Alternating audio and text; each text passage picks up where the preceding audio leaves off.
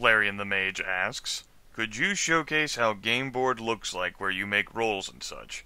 I am very interested in that. Sure, Larian. Why not?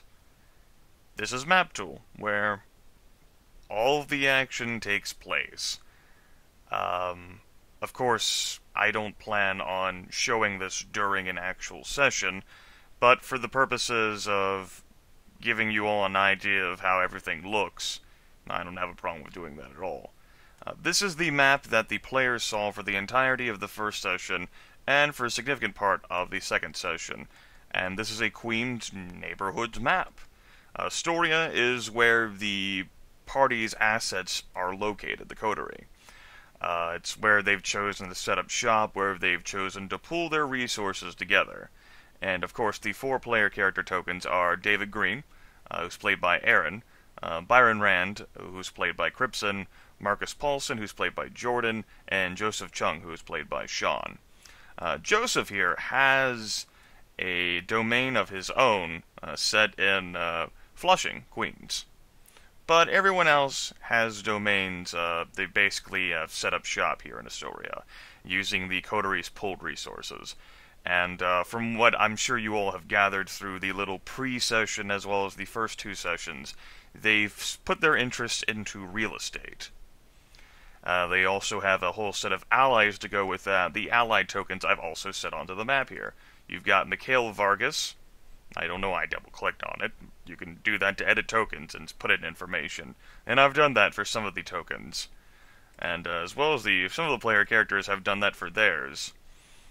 I asked, you'll recall at the beginning of the first session, whether they wanted me to put in any more sections. They didn't give me an answer on that.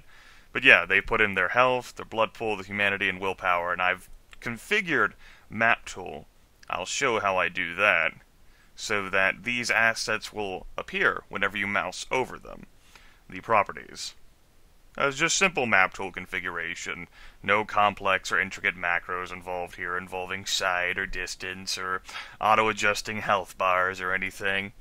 It's just for convenience's sake. So yes, Mikhail Vargas, who is a deputy inspector, he is the precinct chief of the 114th precinct, which covers the entirety of Astoria, as well as some other elements around here, but we decided to gloss over that for the purposes of the game.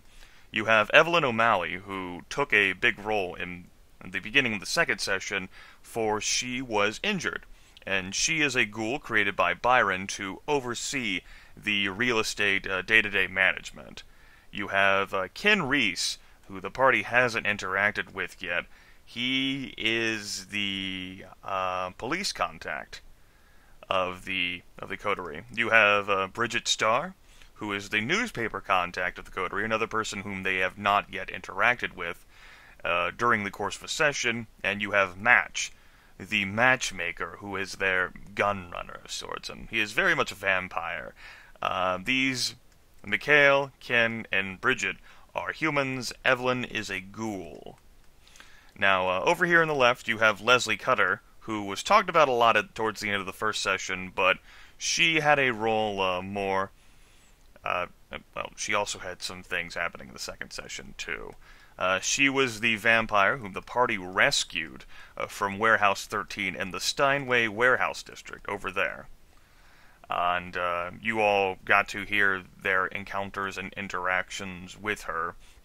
She was placed under Joseph's care, and his ghouls have arranged some things with other ghouls based on Staten Island, and she is actually going to be relocated there and taken under the wing of Boss Callahan himself, who is the de facto leader of the Anarchs here in the Big Apple. Just as a reminder, yeah, this is the entire screen that all the players got to see with their first session. We didn't even leave this map at all. The second session, we did end up leaving this map partway through, and that was to the middleman, which I will actually show all of you. I also have the thing set to player view right now, so you all can't see into the fog and whatever sorts of crazy things I might have hidden in. This is just what's been revealed to the players thus far. Over here you have two major non-player characters. You have Archon Theo Bell, who spoke with Marcus at the intro to the entire story, And you have Valentine, whom the party has been talking about every now and then, but made an appearance in the middleman, which I will actually take you all to right now. We're still in player view. This was the little entrance that the players got to see, and they were peeking into. You can see how the line of sight ends up working in that regard, how the lines are drawn based upon the vision blocking, so you can partly see the Fratelli Enforcer token, but if none of the players were there to properly direct their vision, you'll notice that, like say for example Byron can't actually see into there. So when you select his token, you know, he's only giving you that little bit of vision right there. Good stuff, good stuff. And there's some other tokens that I made too, which I'll actually turn off the show as player thing. You'll see these little patron tokens that I'd made. There's quite a few of them scattered around the tables. And the bar area over here. You've got waitresses, of course. They're milling about. There was the female hostess, who drove away that Lamborghini Diablo 1998. And, set that back on to show as player. So, Fog of War has set to be on, but I set the areas of the middleman, most of them, to be, to already have been revealed by the players. But the actual current vision will be revealed itself as a player steps into view of things. See, for example, you can't see that Fratelli Enforcer down there at all, until the token moves up a little bit, and then BAM! He's there. This is the first floor, the restaurant area. You go up to the second floor, and I have made the token disappear into the void. God damn it. Get over there. And here's the second area, which was basically a bar area where I had patrons scattered all about around here. Down here wasn't revealed at all to the players. This was a door that said authorized entrance only. I'm using the space bar, by the way, and holding it down to make this arrow appear through the power of MapTool. Very convenient program. Java-based, but very convenient nonetheless. And the enforcers ended up coming up the staircase here whenever Byron and Marcus were standing around. Opening through this door takes you into some sort of, well, for example, an unauthorized entry passage completely. You step around here where there's so many bullet holes, and you see a staircase there that takes you to the third floor. Whereas Fratelli Enforcers are waiting, and there's the big bruiser who's standing over there. Now, you step here. There was a door there that you can no longer see because I shaded it with Fog of War. Let's go ahead and,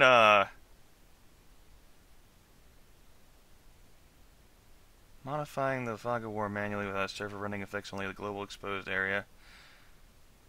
Yeah, I fucking know that shit.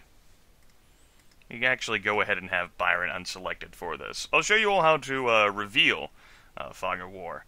If, let's see, normally when you draw things around, you'll have like some sort of freestyle token. If you hold down the control key, it actually binds to a grid.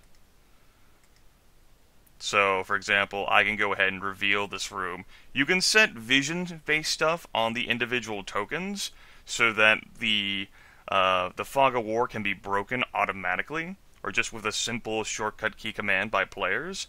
But I like to do it this way so they don't accidentally reveal things by flying tokens across the map that I don't want them to see. And you can step here into Lorenzo Fratelli's room, where Valentine was sitting, and that's a massive bed over there on the right side. Now, to hide things again from the players... Oh, god damn it. Fucking bitch. Holding down control key will, of course, bind things, but if you hold down the shift key as well, it sets the Fog of War to start hiding things again. So, rather than the player being able to see all of that, he's now back to seeing this. I forgot to demo off the player vision for... Here we go.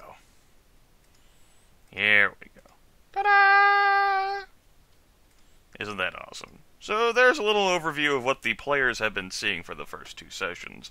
And as a reminder, I'm not sharing this in a actual visual recording or doing a live broadcasting or whatever, because I don't want you all to see my GM notes, and I don't want you all to see individual token things basically before the players do.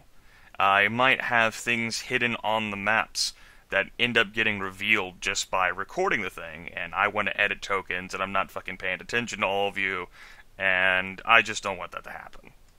And the other thing, too, is that I simply don't want to be bothered by it. You know, I have a lot of things to manage, from character PDFs, to my notepads, to token properties. I don't want to have to deal with editing recordings, too.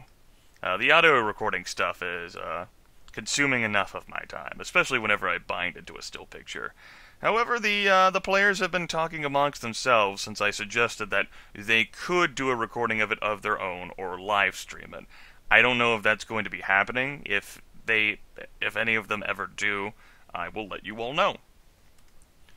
So, back here to this map. Now, I'll pull up the chat here to give you an idea of just exactly how we've been rolling dice. Vampire the Masquerade is based on a D10. Oh, goodness. Oh, goodness, you saw a glimpse of a token there. No! No! No!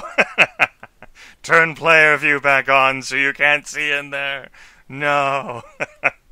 It's okay. That's just the token of someone who it's not a big deal if the player characters know about him. They could very well have met him over the first 2 sessions. They just simply did not. So yes, Vampire the Masquerade is, great, my chat's full of that, based on the D10 system. Now, there are multiple ways that you can roll, and using the power of MapTool, you can just type /roll, 1d10 and it gives you that. You can type, say, a 1d10 at brackets and it gives you that.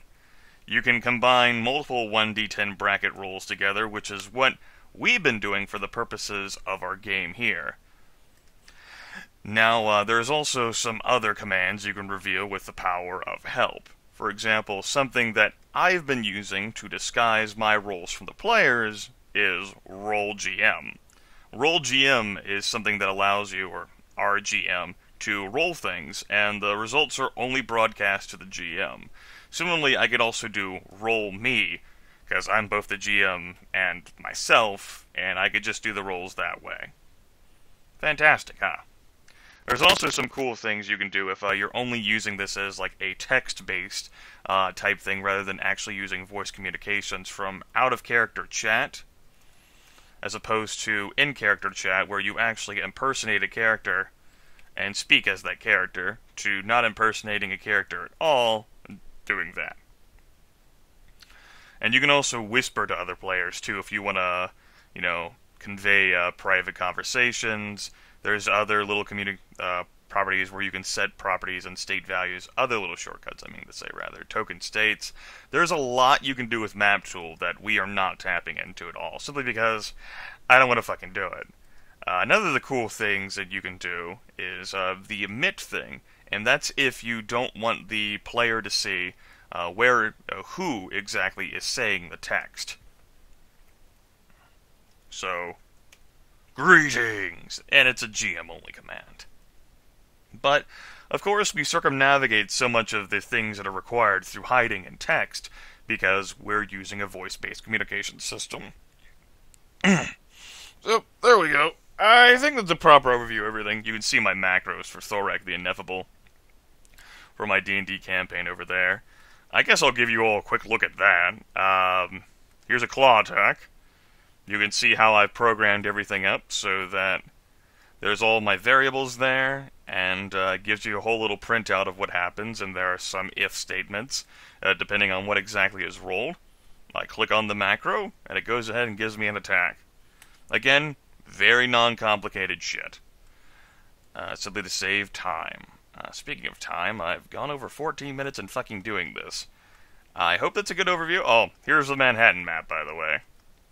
And there's some little icons where you can click on them and it gives you information. For example, this is the site of the Chantry of the Five Boroughs. Exclusively Tremere Tremaine, ruled by High Regent Essling Sturbridge. She's a dick, true story. But since Larian asked, and I feel as if this, could you showcase how the game board looks like where you make rolls and such? Yeah.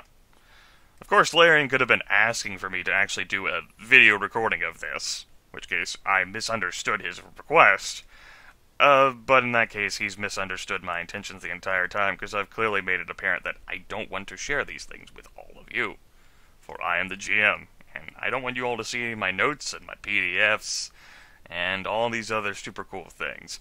Not that I don't trust the players, but I do like to remove temptation. Simply because I am a human being, and I understand how tempting, knowing things you shouldn't know can be. Even if you say you'll never plan on using it, it can color your actions, whether you, are intending it to or not. So, yep. And, you can see this is a pre-session 3 map. I haven't done a whole lot with setting up how the next session's going to look yet. I am, today, later on, actually going to make the dice rolls for the players, and the actions they are going to be doing. What they've basically been telling me either at the end of last session, or in personal messages. I'm going to crack out the dice, go off what they've told me they wanted to do, and read their attributes and skills. Someone else did ask if I could actually make the character sheets available. While I don't inherently have a problem with that, the problem comes from that the players are still keeping secrets from each other. Consequently, I am not sure whether I should immediately make all of the character sheets available to all of you, because they're trying to hide things from one another. It's a question I'll actually ask them at the beginning of Session 3, which is coming up on Saturday, to see whether they mind. If they don't, I'll make them all available on like a Mediafire or Dropbox or something, so you can review them all at your own leisure. Okay? And, see, David Green is Nosferatu, Byron Rand is the Ventru, Marcus Paulson is the Toreador, and Joseph Chung is the Malkavian. We haven't, as of yet, emphasized Marcus's clan weakness. I think we will find the opportunity sometime or another. After all, if the weakness is not in play, then it's not really a weakness, is it? And everyone else has had to suffer so much already. We'll see, folks. Anyway, I hope this satisfies Larry's request, and the curiosity of any of you who are interested in taking a look at the map. I'll take, blah, blah, blah, blah, blah. Take care, everyone. Hope to talk to you later. Toodaloo.